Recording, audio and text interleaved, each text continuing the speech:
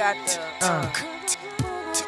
the refugee camp, conspiracy theory. Why? yeah. Why?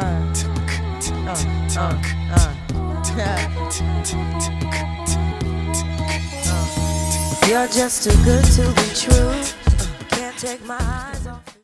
Hey everyone, Ellery Potter here, and I really apologize for the way that I sound and the way that I look. I'm very sick, so if I start coughing or sneezing and sniffing, I apologize. So just bear with me and we'll get through this together. This video will probably be one of the most personal videos I ever post. I'll be discussing my journey to self-love, self-worth, and being a survivor of sexual assault.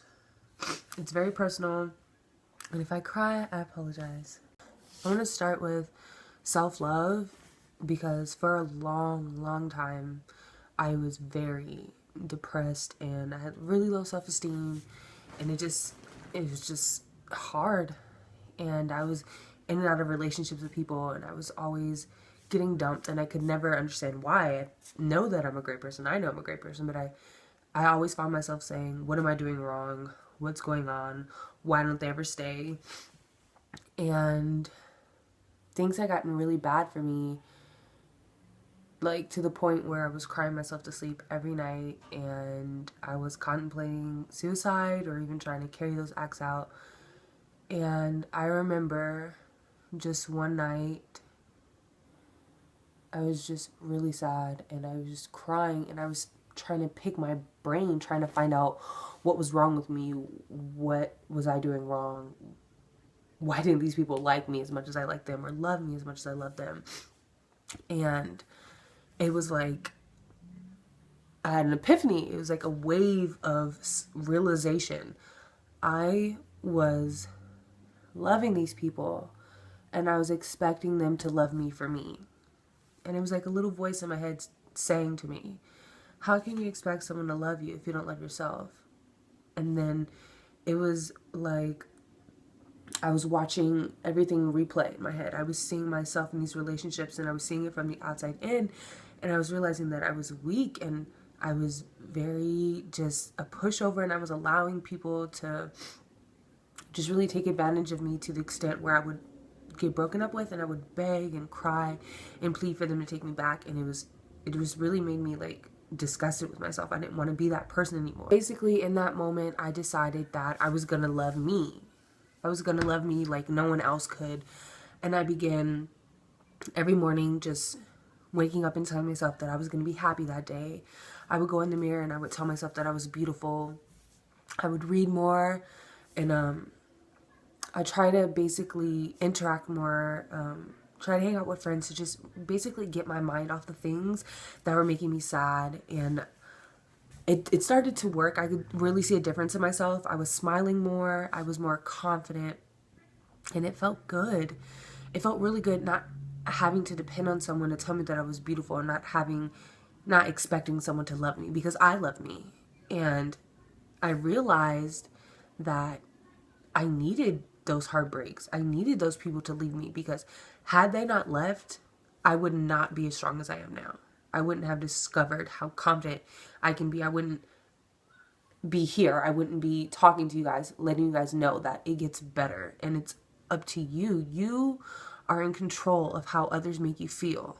No one can make you feel inferior unless you let them. No one can make you feel worthless. No one can make you feel ugly unless you let them. And unless you let yourself. You have to really believe in yourself for you, not for someone else. Don't try and prove yourself for anyone else.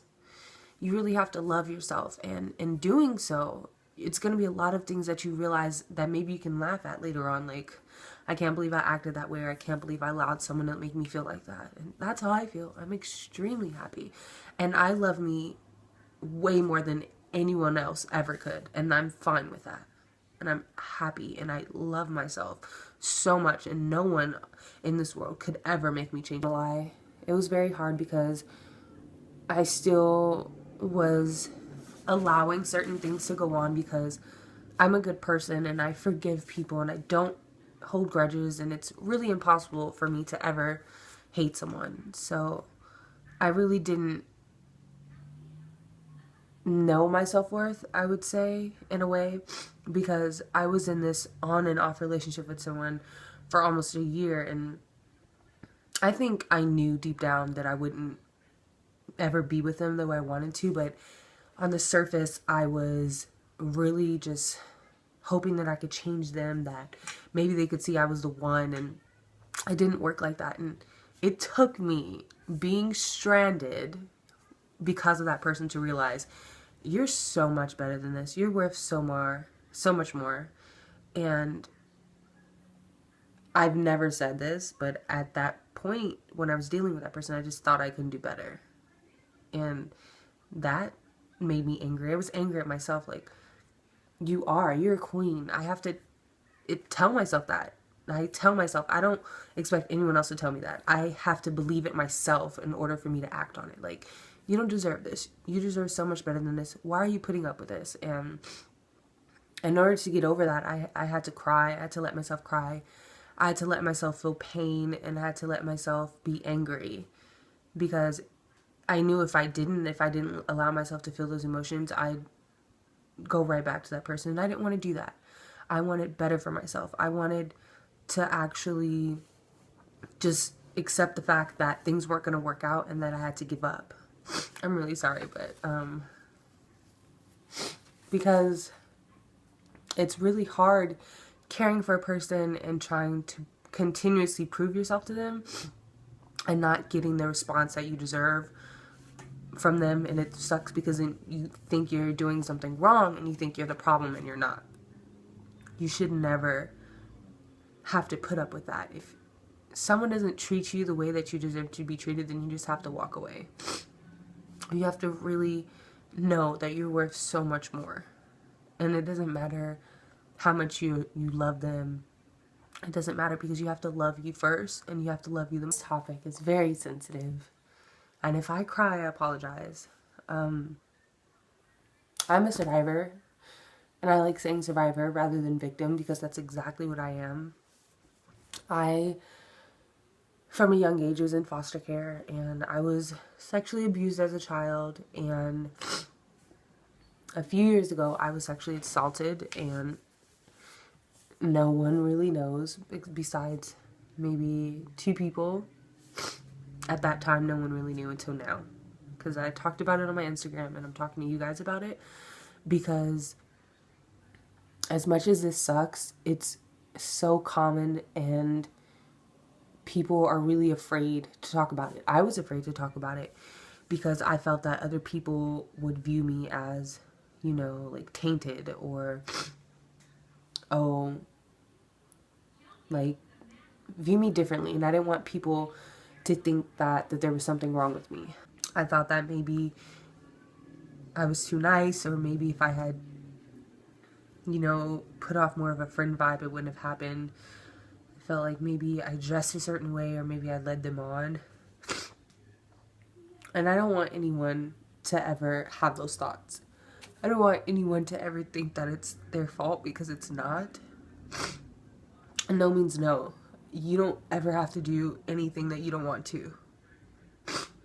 And it sucks that men can't understand that they can't grasp that you're not entitled to have sex with him. I don't care if it's your boyfriend or your husband. If you don't want to, you don't have to. And I was very sad, and I was very depressed, and I was alone because I couldn't talk about it. I'm sorry.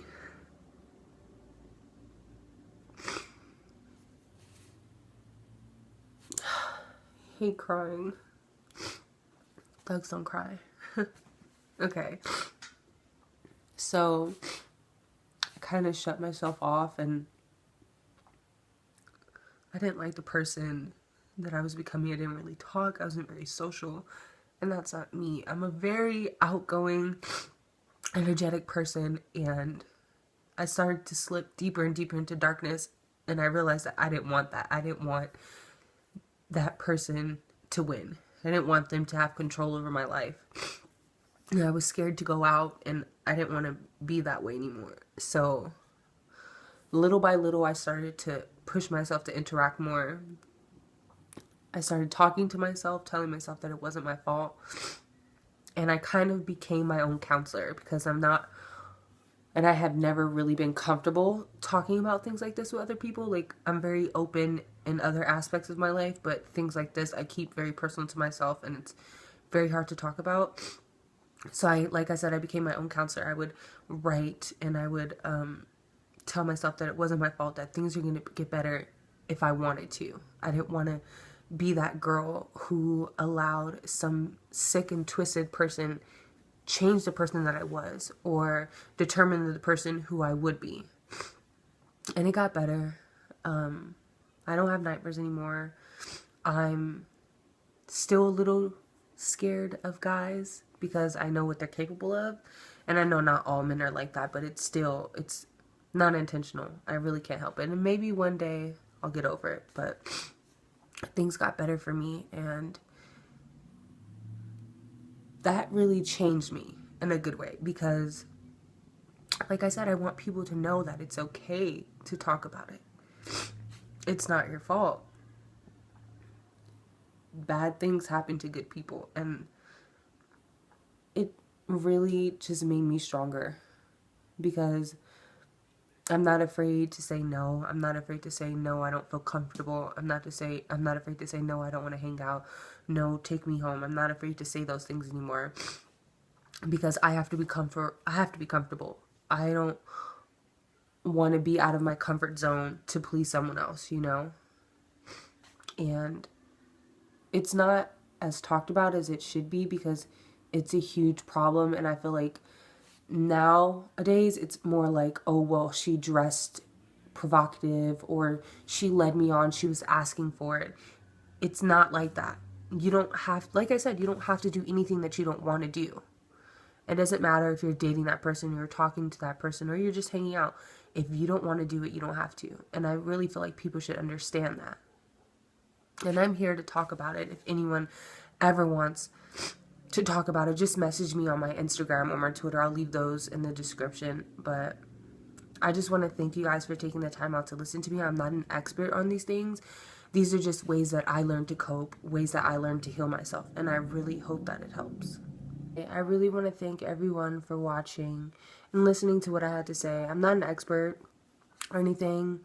It's just, I just felt like I just had to be honest and tell you guys exactly what I went through and how I dealt with it and how I'm better now. And I'm extremely happy. And I also want to say, if you've endured any of these things, suicide, depression, sexual assault, as a kid, as an adult, that you're not a victim. You're a survivor. And your past doesn't define who you are or the person you're going to be. So I just want to thank you guys for watching. And if you want to talk, then you can DM me on my Twitter or my Instagram. I'll leave those below. Thank you guys for watching, and I'll post more videos soon.